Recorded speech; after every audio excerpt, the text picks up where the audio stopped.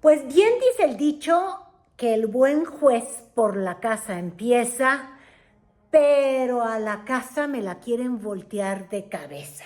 Vamos en el cuarto foro discutiendo la reforma judicial y de alguna manera han entrado nuevos argumentos, hacen como que se escuchan y hay otros que hacen como que no entienden nada. El que abrió fuego y con todo fue Ricardo Monreal, porque dijo, señores, este tema es venganza. Bueno, no lo dijo exactamente así, pero fue claro y dijo, los jueces se excedieron cuando se fueron en contra de los diputados. Ustedes van a recordar lo que pasó el año pasado, cuando echó para atrás justamente la Corte una reforma que habían aprobado los legisladores y lo tomaron muy, pero muy personal. El Poder Judicial asumió un papel que rebasa sus facultades constitucionales y trastoca la labor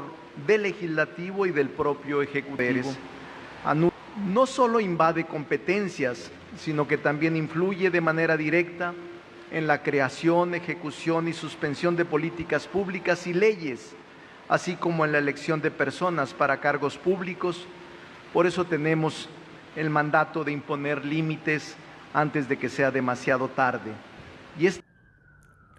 Y como estuvo a discusión justamente la división de poderes, desde que arrancó en una primera etapa con las autoridades y el propio gobernador de Chiapas, el gobernador electo de Morena y varios diputados, porque en ese estado en particular la mayoría se fue con Morena, hubieron varias argumentaciones donde decían que los jueces violan la ley y en particular se exceden en la aplicación de la ley de amparo. Afirmamos Así que los jueces de amparo violan la Constitución cuando crean normas de derecho y cuando determinan políticas públicas. Eso prácticamente vuelve inútil las acciones de control constitucional.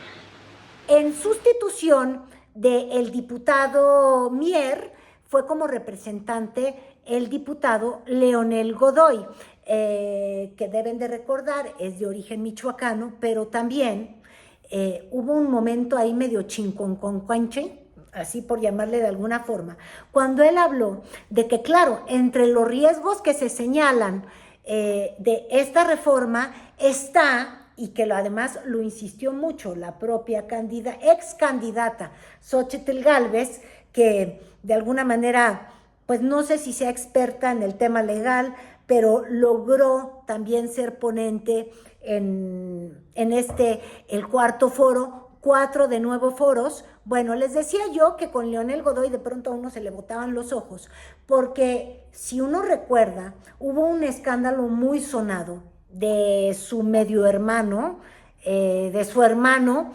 otro diputado Godoy, que metió en el legislativo para que tuviera fuero Encinas, pues sí, el ex jefe de gobierno de Ciudad de México, Alejandro Encinas, que también estuvo luego en la subsecretaría de Gobernación con el gobierno de Andrés Manuel López Obrador, pero con un caso sonadísimo, muy escandaloso, porque hubieron acusaciones severas de relaciones con el crimen organizado de el hermano de Leonel Godoy. Y él justamente habla del tema de que no se asusten, el narco no se va a meter en esta reforma. ¡Ay, nanita! Sin injerencia ni del poder económico ni del poder del crimen organizado.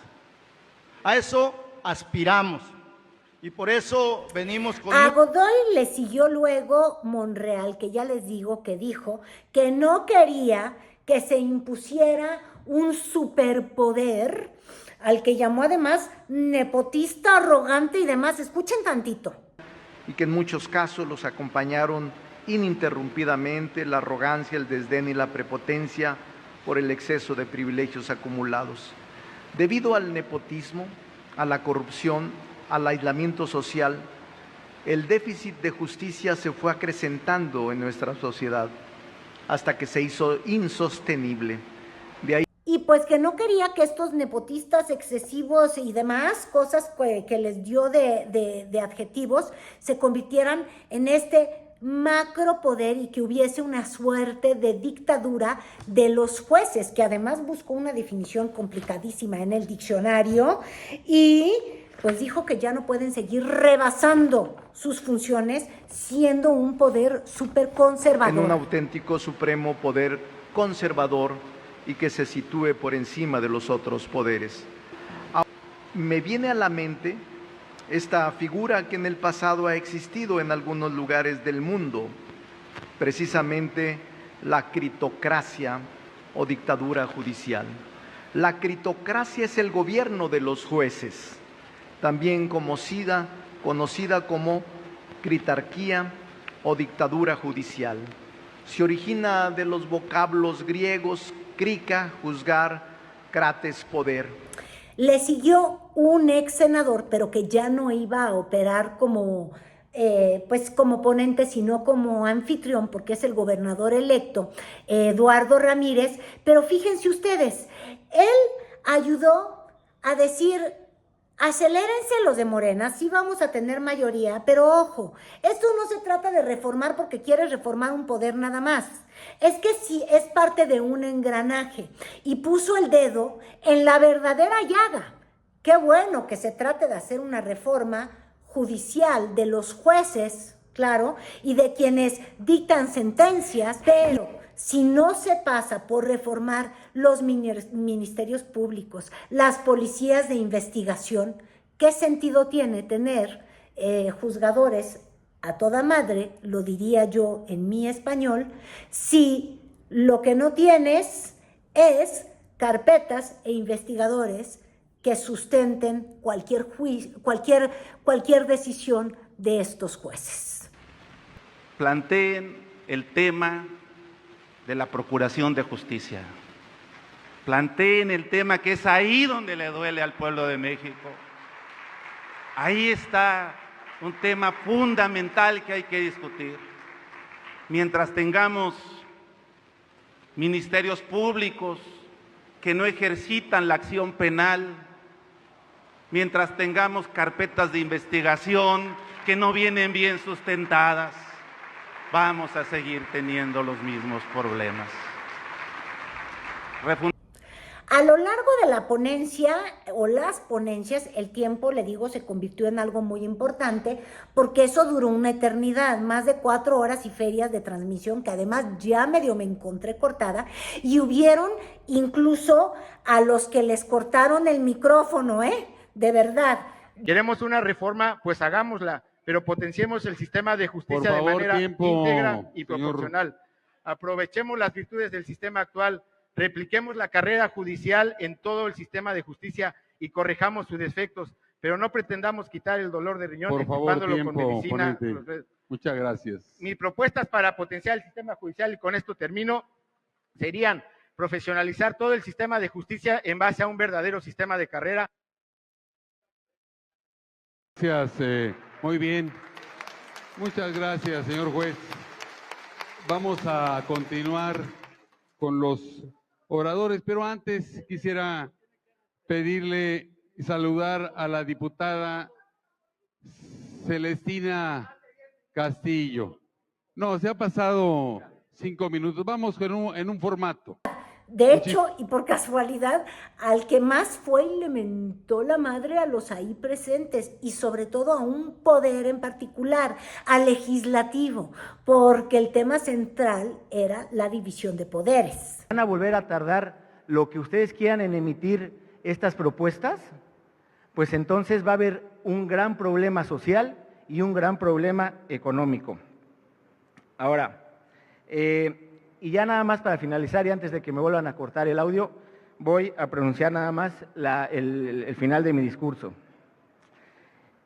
Señora Presidenta electa de la República, señores y señores legisladores, queremos darle un mejor sistema judicial a México, entonces tomemos las cosas en serio.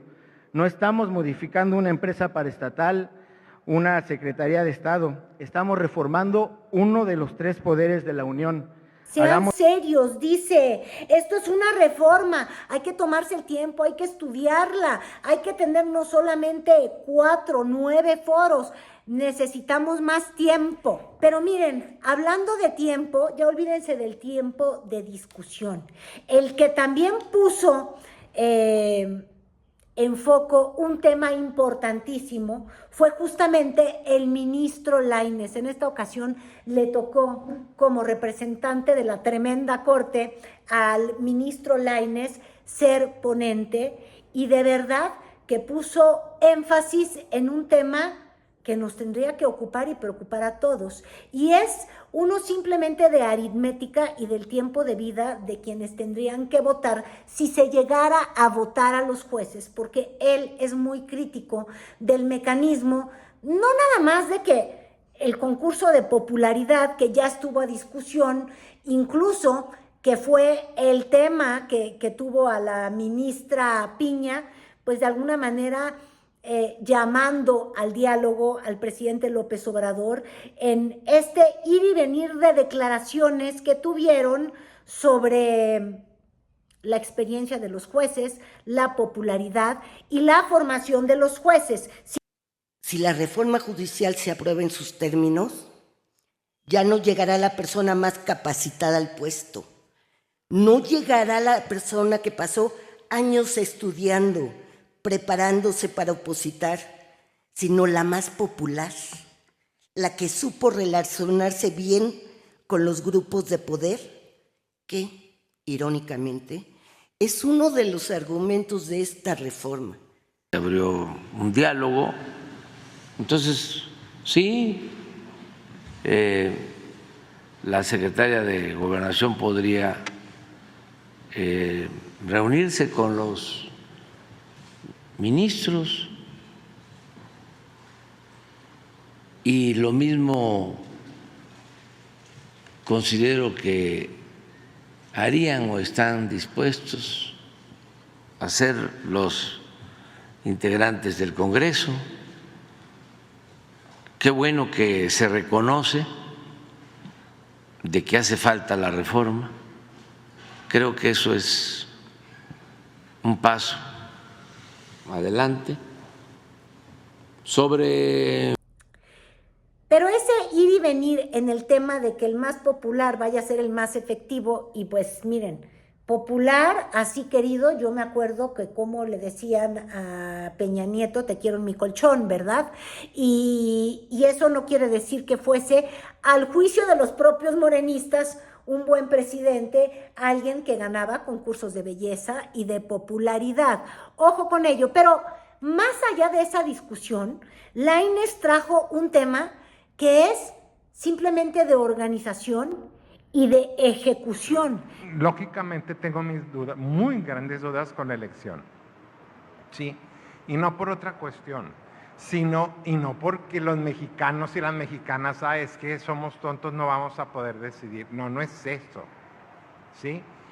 Solamente les voy a dar un ejercicio que presenté la semana pasada. En la Ciudad de México son 352 órganos, ¿sí? Juezas y magistrados, 352. En la propuesta se dice van a ser 6 candidatos por cada uno de estos órganos. La ciudadanía tendría que analizar en la siguiente elección 2,088 perfiles.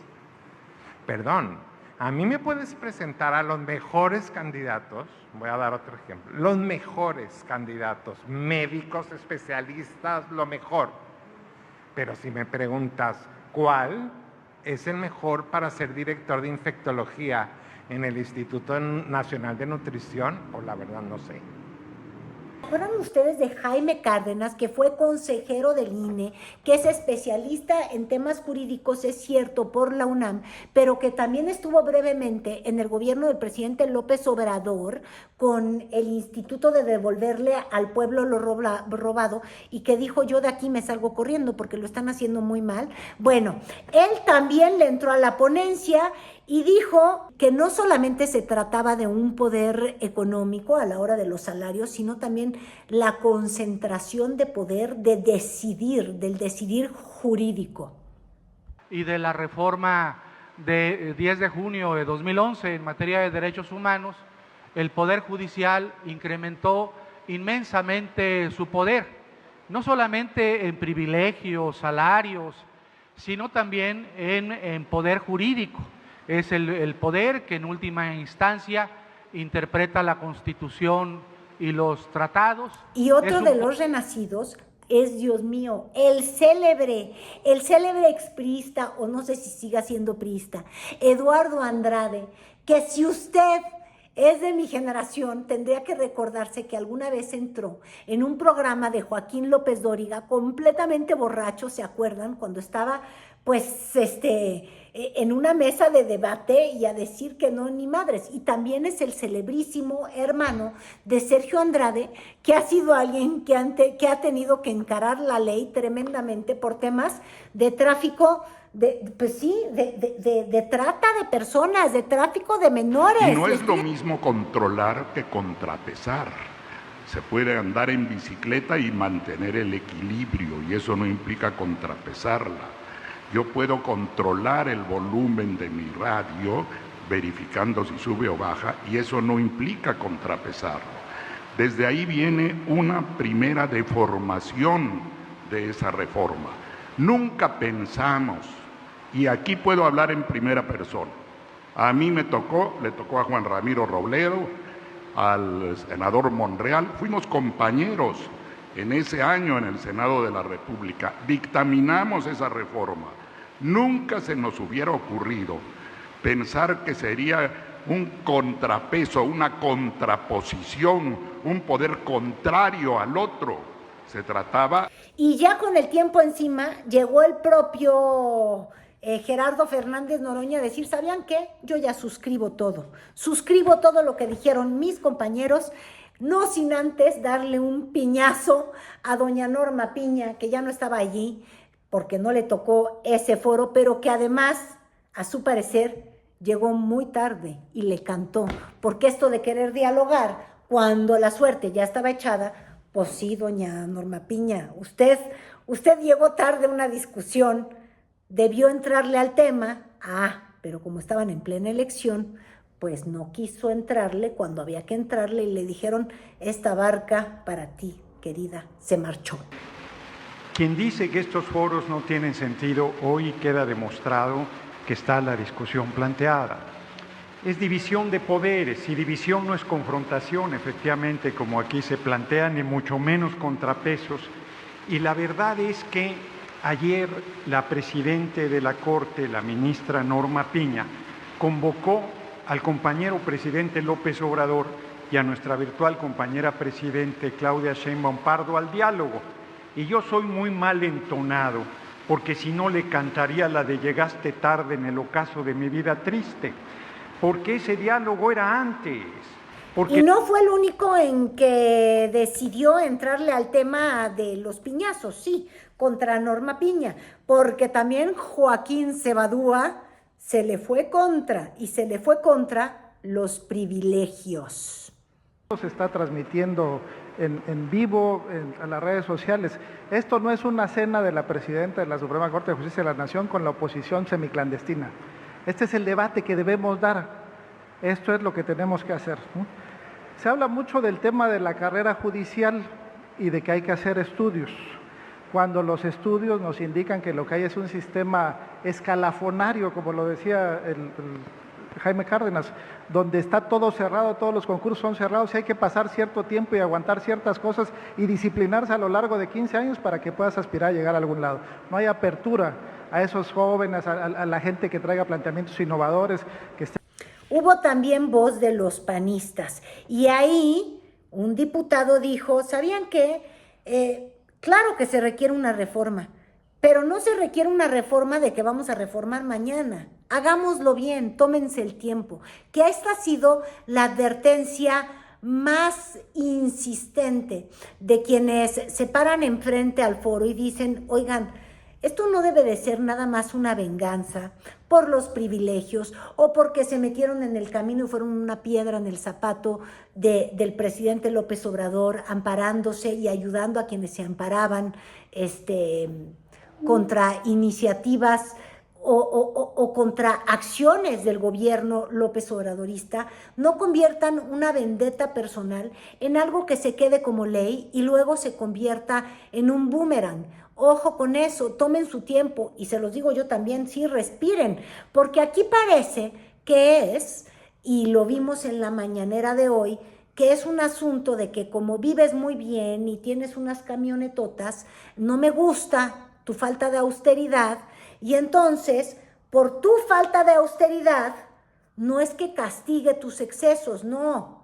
cambio completamente el andamiaje constitucional, y ahí ya hablamos de palabras mayores. Ciertas cosas que si no lo hacemos bien, vamos a retroceder en el tiempo. Venimos de allá, venimos de un control central de la Constitución, venimos de donde el amparo solamente tenía efectos particulares, venimos de una reforma en 2011 donde por primera vez nos equiparamos a los tratados internacionales y al mundo para defender los derechos humanos de manera más amplia. Así mi resumen ejecutivo de el cuarto foro con el tema de la división de poderes. Y se mostró que enfrentados están legislativo y poder judicial por una parte, pero también podría estar enfrentada la teoría y la práctica. Ándale, tú di que porque eliges va a salir un buen juzgador. Ni siquiera saben cómo podrían elegirlos. Cuidado con eso, por eso muy valiosa y rescatable la elección, la ponencia del ministro Lainez. También un argumento interesante de doña Xóchitl Gálvez, que quizás no tuvo la mejor candidatura o el mejor andar en bicicleta, pero lo que sí dijo es que no necesariamente la experiencia es sinónimo de horror, porque ustedes lo saben, yo diría que un candidato muy experimentado fue el propio presidente López Obrador, lo hizo 3 veces y eso no lo hace corrupto, ni eso lo descalifica o lo hace más mañoso. Ojo.